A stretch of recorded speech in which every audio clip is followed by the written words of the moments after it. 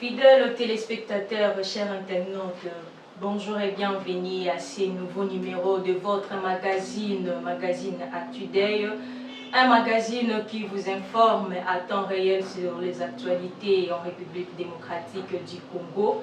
Et voilà, aujourd'hui nous allons décortiquer des thématiques, c'est autour duquel nous allons débattre ou encore nous allons décortiquer sur ça, et nous allons parler premièrement sur le processus électoral en RDC.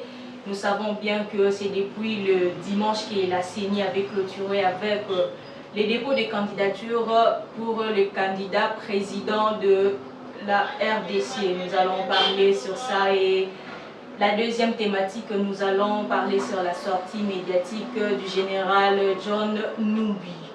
Et voilà, et je ne suis pas seule sur ces plateaux comme vous pouvez le remarquer. Je suis avec M. Jean-Crispin Inganga, qui est analyste politique et aussi journaliste et analyste maison. C'est avec lui que nous allons parler, nous allons débattre, nous allons décortiquer sur ces deux sujets. À qui j'ai dit bonjour, M. Jean-Crispin. Bonjour Madame Chekina. J'espère que vous vous portez assez bien. Oui, très bien, surtout bonjour à tous les téléspectateurs de partout où vous êtes en train de nous suivre. Et je tiens surtout à dire un grand merci pour cette opportunité que vous nous accordez de venir débattre sur l'actualité politique de notre pays. Voilà. Parlons un peu sur le processus électoral en RDC. Vous et moi, nous savons que la CENI avait clôturé avec les dépôts des candidatures, et nous savons qu'il y a déjà 24 candidats à l'élection présidentielle, parmi lesquels qui vont passer pour l'élection de décembre 2023. Parmi ces 24 candidats qui ont eu à déposer leur candidature à la CENI, nous voyons qu'après le dépôt de leur candidature, ils ont eu à faire un discours par rapport à leur projet de société, par rapport à ce qu'ils vont faire pendant les 5 ans de leur mandat. Alors, par rapport à ces discours-là, quelle est votre lecture, M. Jean-Christophe? Bon, par rapport au discours de tous ces candidats présidents à l'élection présidentielle du 20 décembre 2023, je pense ici que j'ai eu le temps quand même de suivre les discours de tous ces candidats après leur dépôt des dossiers à la CENI. C'était devant la presse. Ils ont été devant la presse pour essayer de présenter en quelques lignes, en quelques mots, leur projet de société, leur projet auquel ils veulent mettre à la disposition de la population congolaise pour qu'il soit porté tout un chacun à la magistrature suprême. Mais parmi les discours de tous ces candidats devant la presse, moi ici, j'essaie un peu de comprendre, essayer un peu de faire la lecture de quelques candidats, surtout du docteur, les réparateurs Denis Mukwege, du président de la République actuelle, Félix Antoine Tshisekedi, également les discours de Martin Fayulu Madidi, qui est le candidat malheureux aux élections de 2018.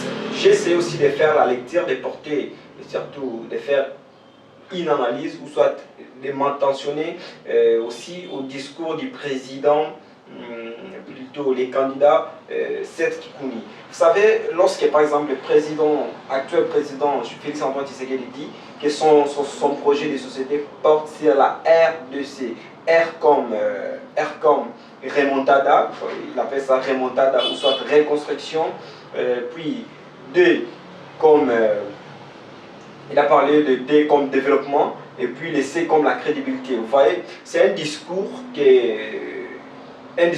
promet, surtout un projet qui promet. Alors ici également, mais lorsqu'il parle de remontada, il y a un autre candidat qui vient, un candidat de l'opposition, qui vient dire, lui parle de la resandada, il a utilisé le mot, je ne sais pas si le mot existe, il parle de la resandada de l'actuel président de la République, Félix Antoine Tshisekedi. Là, je parle de M. Seth Kikuni. Également, lorsque M. Seth Kikuni demande à ses pairs de l'opposition de lui porter compte les candidats communs à ces élections qui pointent à l'horizon. Je vais ici voir aussi le discours de Martin Fayulu, lui qui dit que sa candidature, soit son projet de société, surtout, il a été porté par la population, après avoir désisté, nous le savons tous qu'il avait désisté, qu'il a voulu boycotter, puis il est revenu à la raison. Alors, je parle ici aussi du projet, ou soit du discours de la personne qui a représenté le chairman Moïse Katumbi Chapwe, lui qui parle que le dépôt de la candidature de M. Moïse Katumbi, c'est une demande de la population qui veut le voir surtout être à la magistrature suprême. Également, le discours du président, les réparateurs des femmes, qui veut devenir, il s'est dit qu'il est prêt à devenir réparateur de la RDC. Voilà. Et surtout lorsqu'il a prononcé les mots qui fait aujourd'hui couler de l'encre et des salives, lorsqu'il dit la notion des genres. La notion des genres, ça fait couler de l'encre et des salives, je ne sais pas si peut-être c'est au camp adverse, ou soit à ses adversaires politiques qui veulent s'attaquer pour dire il y a de ceux-là qui confondent lorsqu'il dit qu'il veut prôner sur la notion de genre. Ici, lui, il veut parler de la parité entre hommes et femmes. Mais il y a ceux-là qui pensent qu'il veut introduire, ou soit il veut faire introduire l'homosexualité ici dans notre pays. Alors, on aura plus de temps à comprendre pendant la période des campagnes électorales, à comprendre les projets de société de chacun de ces candidats. Donc nous voulons ici surtout le débat qui s'est fait dans différentes rues, aujourd'hui en République démocratique du Congo ou soit à Kinshasa, la population veut à ce que nous puissions qu'on puisse leur offrir des débats contradictoires entre les candidats présidents de la République. C'est parmi la demande de la population. Alors nous demandons aux institutions habilitées, ici je vois les CESAC, s'ils peuvent chercher pour la première fois, chercher comment organiser des débats contradictoires entre les candidats présidents, et c'est par là peut-être que la population pourra se faire l'idée sur qui voter, sur qui porter leur confiance. Voilà un peu en quelques mots ce que je pourrais apporter comme analyse concernant les discours de tous ces candidats lors de leur dépôt de candidature. Très bien. Alors, Monsieur Jean Crispin, parmi ces 24 candidats à l'élection présidentielle, qui parmi eux pourra bénéficier de la confiance de la population? Parce que déjà, dans quelques mois, nous irons aux urnes pour aller voter le président qui sera président élu de notre République. Alors, qui pourra plutôt bénéficier de la confiance de la population? Bon, ce n'est pas à moi de dire ou soit d'influencer les autres sur la personne qui peuvent voter. Sinon, je ne suis pas ni de l'Union sacrée, ni de l'opposition. Je suis ici un journaliste, analyste politique. Je viens ici surtout faire mes analyses avec équité, avec objectivité, avec neutralité. Je ne peux pas peut-être influencer sur qui que les candidats, plutôt la population pourra porter ou soit donner confiance. Mais sauf que si je peux leur demander, étant d'abord citoyen congolais, j'ai aussi les droits quand même d'apporter ma petite contribution. Ici, je pourrais dire que, vous savez, la République démocratique du Congo, notre pays, a un problème d'hommes. Vous voyez, la République démocratique du Congo a un problème d'hommes. Ces hommes-là, ce ne sont pas seulement les hommes politiques. Même nous les citoyens, je ne vais pas insulter, même nous les citoyens, il faudrait qu'il y ait la prise de conscience. Je pense que lorsqu'on doit atteindre ces niveaux de la prise de conscience, c'est par là comprendre qui est-ce qu'on peut faire confiance pour briguer ces quinquennats qui s'annoncent. Alors, ici déjà, si je peux dire, essayons ensemble, nous comme population, nous allons comprendre les discours ou soit les projets des sociétés de chaque candidat. C'est lui qui pourra nous présenter un projet de société qui est faisable et réalisable. C'est celui-là que nous pouvons faire confiance. Celui-là que nous pourrons porter à la magistrature suprême. Et tant que population, et tant que souverain primaire, c'est la population qui se décide, surtout que nous sommes en démocratie. La démocratie qui est le pouvoir du peuple, par les peuples, pour les peuples. Voilà. Donc ici, je pense que les peuples vont se décider, mais avant de se décider, il faudrait d'abord une prise de conscience, les sensibiliser. Vous savez que nous sommes médias, nous sommes appelés à sensibiliser sur des vraies valeurs. Vous voyez, nous ne pouvons pas influencer sur des mauvaises valeurs, mais il faudrait sensibiliser sur des vraies valeurs. Leur montrer, voilà, un candidat qui se présente devant vous avec un projet de société faisable, réalisable. C'est celui-là qu'on pourra faire confiance. Donc les élections aujourd'hui en Afrique, ou soit au monde, ne sont pas régionales, ethniques tribal. Non, là je ne pense pas. Ici, je pense que les candidats qui vont présenter un projet de société, comme je l'ai dit, faisable et réalisable, c'est celui-là que la population pourra faire confiance pour que nous puissions lui donner des mandats de 5 ans. Mais déjà, par rapport à ce que vous dites, chacun des présente déjà son projet de société et qui, entre guillemets, sera faisable et soit réalisable. Alors, comment la population saura que cette personne est une bonne personne par rapport à ce qu'il dit, par rapport à ce qu'il pense? Elle sera plutôt une bonne personne pour qu'on lui mette à la magistrature suprême. Voilà, Madame Chekinan, c'est une très belle question, une question pertinente. Mais ici, je pense que nous ne sommes pas encore arrivés à cette étape. Je pense ici à la population de comprendre le candidat qui a un projet de société qui est faisable, aussi réalisable. Ça sera pendant la période de la campagne électorale. Vous voyez, pendant la période de la campagne électorale, ici, je pense que tous ces candidats, parmi les 24 candidats qui ont déposé leur dossier à la CENI, je pense qu'ils ont disponibilisé les moyens pour pouvoir battre campagne sur toute l'étendue du territoire national. Ici, je vois les gens qui sont à Biponga, les gens qui sont en Gandade, les gens qui sont à Idjofa, les gens qui sont à Boulungu, tous ces mondes-là qui se retrouvent dans des faits fonds à Inongo, ici à Ouvira, tous ces mondes-là, à Bunagana, donc tous ces mondes-là, tous ces mondes-là veulent surtout avoir la vision de chaque candidat. Donc, lorsqu'un candidat se présente devant eux, il doit être en mesure, ou soit à la hauteur, de leur montrer la faisabilité, ou soit nous voulons être pragmatique. Voyez un peu, c'est ce qu'on appelle être un peu rationnel. Lorsqu'un candidat se présente devant les gens, comme je l'ai cité, les gens qui habitent Biponga, qui habitent Landade, qui habitent Bulungu, qui habitent, c'est pas moi, Mbanzangungu, tous ces mondes qui se trouvent dans des fins fonds, à Inongo, à Idjofa, ces gens n'ont pas besoin surtout de leur présenter un discours, mais il faudrait qu'ils vont quand même voir, voilà, tel projet, c'est un projet, lorsque vous présentez votre projet, il faut aussi accompagner ces projets avec la manière où vous pouvez matérialiser votre projet. Déjà, un candidat capable doit être déjà à la hauteur d'aller battre campagne dans tous ces coins et recoins de la République. C'est par là que le petit peuple, la population du fin fond, va comprendre, voilà, c'est tel candidat, il a les soucis de venir ici, voilà, nous pouvons lui faire confiance pour qu'il puisse nous diriger. Donc, ce n'est pas encore le moment, et je pense qu'ici, la CENI pourra surtout donner cette période-là pour que tous ces candidats, tous ces 24 candidats puissent battre campagne sur toute l'étendue du territoire national. Voilà, très bien. Alors, les internautes aimeraient savoir, M. Jean-Christophe, quels sont les critères, selon vous, du choix d'un candidat président, soit d'un président de la République ici dans notre pays? Personnellement, si je vais énumérer le critère pour qu'un candidat soit élu président de la République, ici, moi d'abord, je vois l'essence de la responsabilité. On ne peut pas donner un mandat de 5 ans à un candidat qui n'est pas peut-être responsable, surtout dans des petites choses. Le premier critère d'abord, c'est la responsabilité, c'est d'abord la crédibilité. Vous voyez, lorsqu'on est responsable, lorsqu'on est crédible, surtout dans des petites choses, ou ça dans sa famille, dans sa propre famille, on espère bien que dans une société, dans un pays à dimension continentale comme le nôtre, c'est à cette personne-là qui pourra mériter cette confiance-là.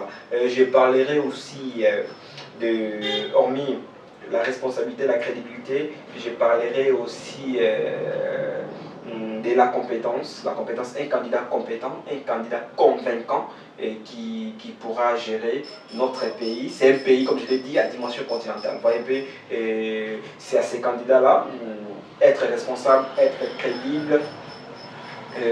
J'ai parlé ici de la compétence. Lorsqu'on est compétent, on peut aussi bénéficier de la confiance de la population. Surtout, on va aussi voir un candidat qui est socialement bien assis. Un candidat qui est socialement bien assis, c'est-à-dire un candidat qui va une fois qu'il est élu, il va travailler pour l'intérêt national. Vous voyez, c'est ça même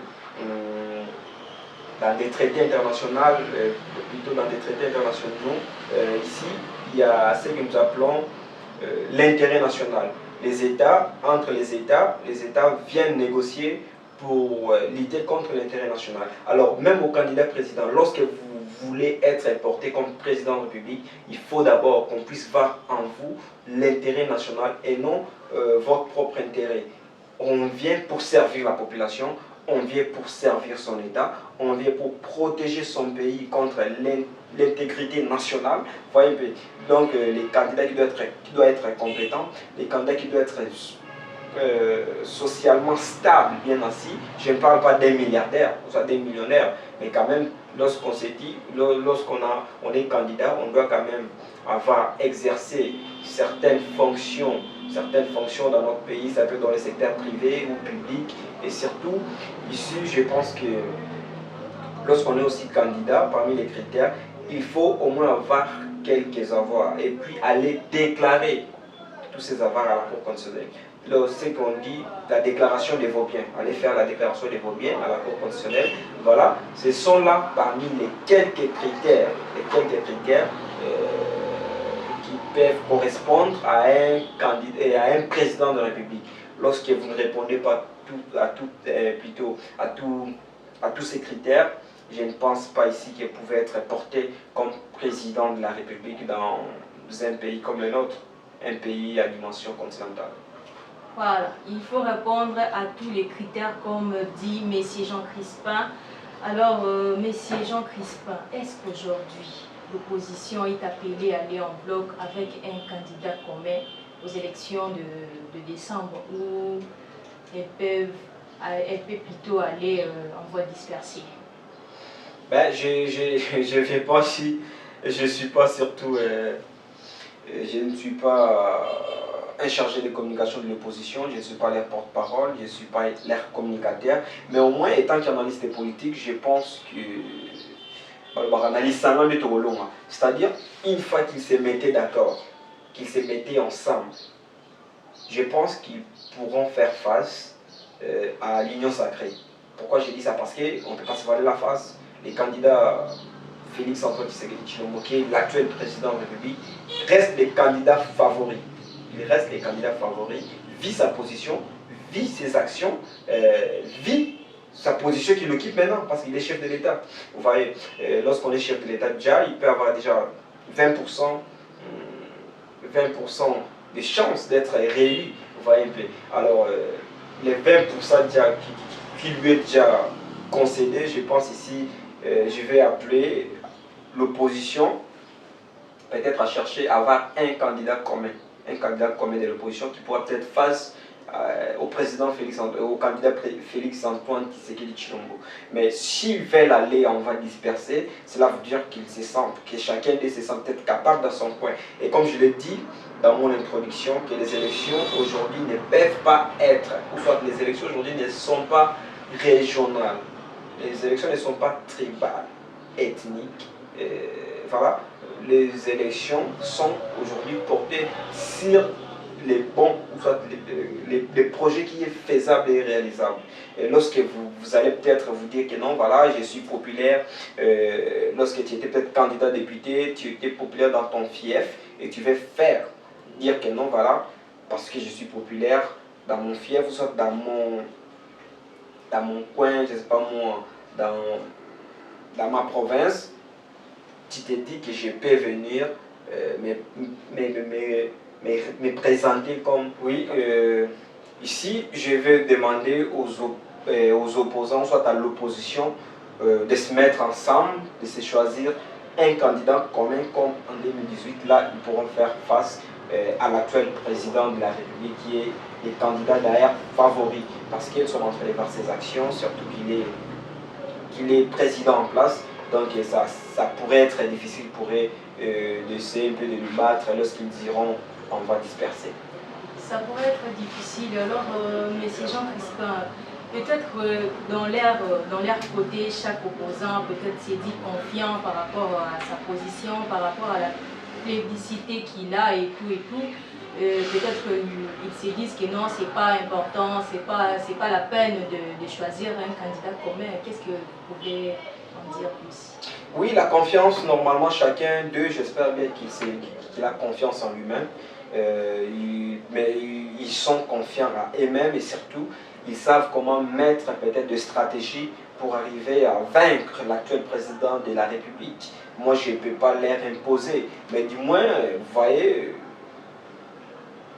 aux élections passées, ils s'étaient mis tous ensemble pour choisir un candidat commun, bien qu'il a eu ce qu'il avait eu, ce qu'il a eu, bon, c'est le passé, mais quand même, cette organisation-là, cette fraternité, avait fait à ce que l'opposition puisse gagner les élections. Bien qu'ils ne sont pas partis ensemble, il y a eu des camps, il y a eu Lamouka et puis Cash, mais du moins, Cash est arrivé à remporter les élections.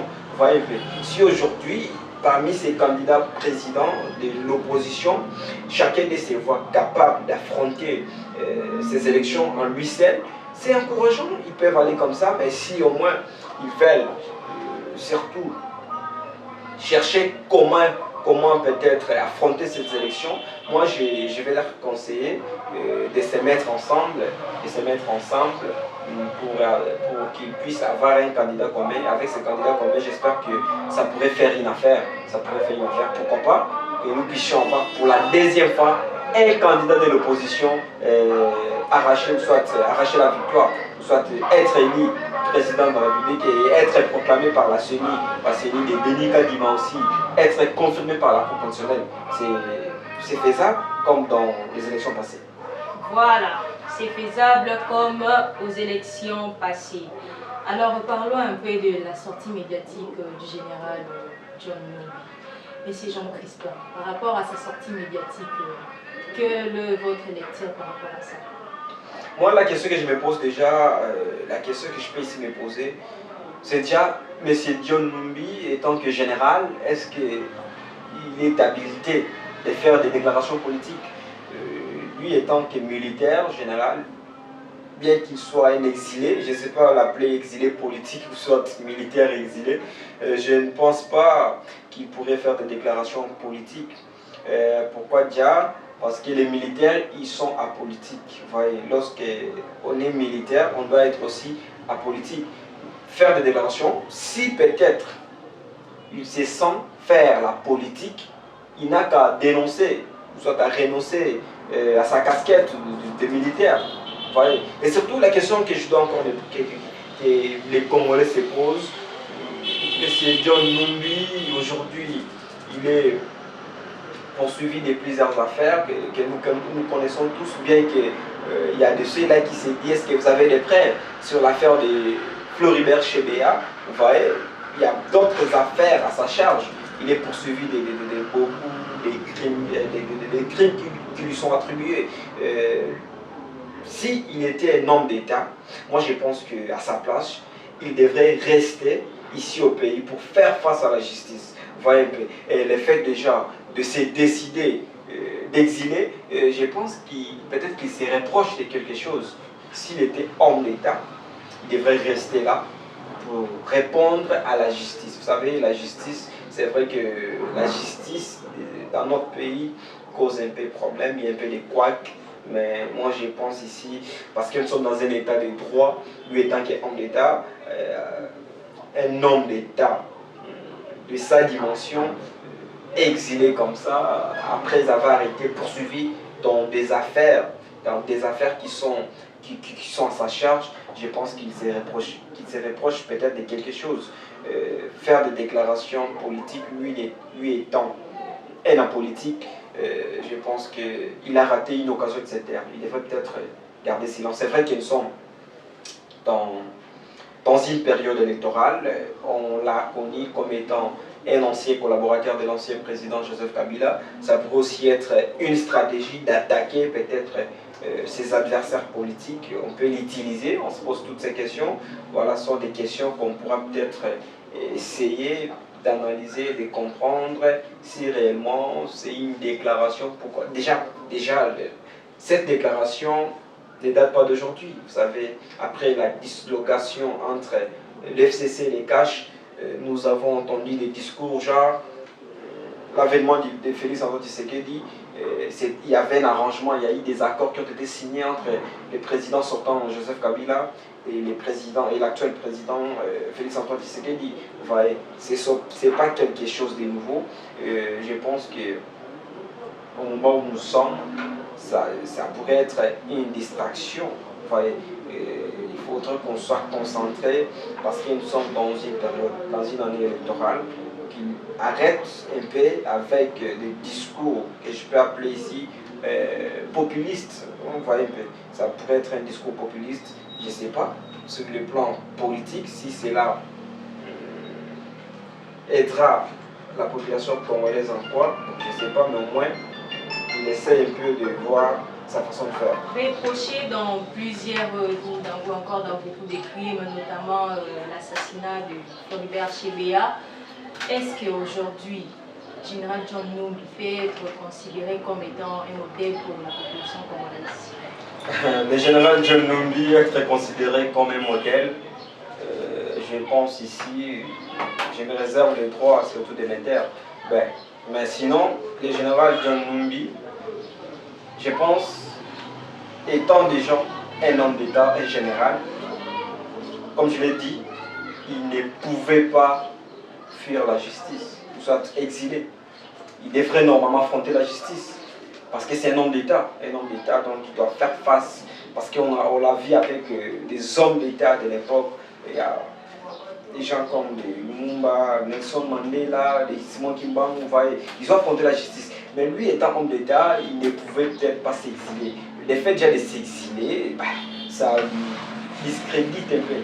Ça discrédite, cela prouve combien de fois peut-être qu'il essaie un peu d'être douté, de nous mettre en doute comme étant un homme d'État. Donc moi je pense ici, je dirais personnellement, le général John Numbi, pour moi, je ne vois pas qu'il soit un modèle à suivre, surtout pour nous qui sommes jeunes aujourd'hui. Très bien. Alors, pour finir, j'aimerais poser la dernière question. Monsieur Jean Crispin, est-ce que le général John Numbi, comme étant un homme d'État, comme vous venez de le dire, et étant un militaire ou encore un exilé, est-ce qu'il peut-il faire des déclarations politiques? D'abord, la liberté d'expression, c'est un droit constitutionnel. C'est un droit constitutionnel, la liberté d'expression, la liberté de mettre ses opinions, ses points de vue. On ne peut pas peut-être lui en vouloir. Les citoyens congolais, il a droit de donner, soit de faire des déclarations, soit de donner son point de vue, d'apporter, de faire son opinion. Je pense ici que nous lui concédons ces droits parce que ce sont des droits constitutionnels. Mais il faudrait au moins qu'il puisse voir dans quel contexte. Nous ne voulons pas que nous puissions avoir des élections chaotiques. Nous voulons qu'il y ait des élections crédibles, apaisées, transparentes. Nous ne voulons pas qu'il y ait des distractions, une sorte de distraction, pendant que les gens sont focalisés, concentrés à la préparation des élections. Vous venez avec des discours déjà entendus. Voilà, je peux dire que ce sont des discours déjà entendus, comme je l'ai dit, des fourre-tout, on appelle ça comment, des fourre-tout, voyez un peu. Donc lorsqu'il vient avec des discours comme ça, c'est vrai, c'est son droit, mais lui étant qu'homme d'État, il doit essayer de contextualiser et surtout voir ce qu'il pourra dire et ce qu'il ne peut pas dire. Et surtout dans quel contexte, dans quelle période. Nous ne voulons pas plonger notre pays dans un chaos. Nous voulons qu'il y ait des élections. C'est constitutionnel. Nous voulons qu'il y ait respect de la Constitution. Nous voulons que nous puissions avoir des élections libres, apaisées et transparentes. Et après, son droit de faire ces déclarations, c'est son droit, c'est mon droit, c'est ton droit, c'est le droit de tous nos téléspectateurs, de tous les internautes. Voilà, on ne peut pas en vouloir quelqu'un. Très bien, on ne peut pas en vouloir quelqu'un par rapport à sa déclaration, par rapport à son discours. Et vous allez remarquer avec moi que nous sommes arrivés à la fin de ces magazines, de votre magazine. Alors, M. Jean Crispin, quel est votre mot de la fin par rapport à tout ce que nous venons de décortiquer ici comme actualité? Oui, mon mot de la fin par rapport à l'actualité du jour, j'aimerais ici appeler, conscientiser la population à une prise de conscience. Vous savez qu'on peut développer un pays que par la population, par sa population, par une prise de conscience, par un changement de mentalité. Ici, je vais demander à la population de prendre surtout conscience qui voter. Vous voyez, nous avons énuméré les critères de choix d'un candidat président, les critères de choix d'un président de la République. Il faudrait qu'il soit responsable, qu'il soit crédible, qu'il soit compétent. Voilà, tous ces critères, je pense ici, qui pourront peut-être aider nos citoyens congolais à bien faire leurs choix. Et surtout, ici, j'aimerais sensibiliser encore plus les jeunes. Les jeunes, il est aussi temps d'entrer dans la chose, soit dans la chose publique, voyez. Essayer de se mobiliser. Mais ici, il faudrait qu'au moins on soit conscient, responsable, crédible. Vous voyez, on est jeune, on ne peut pas être manipulé avec 2000 francs, 3000 francs, être derrière les politiciens. Je pense ici qu'aux jeunes, il faudrait qu'ils puissent prendre conscience, voir qui voter, qui donner la chance d'être élu comme président de la République, comme député national, comme député provincial, comme conseiller municipal. Vous voyez bien. Donc, sur tout ça, du reste, je pense ici que nous devrions nous prendre en charge comme étant population, comme étant citoyen, comme étant souverain primaire, allais-je dire.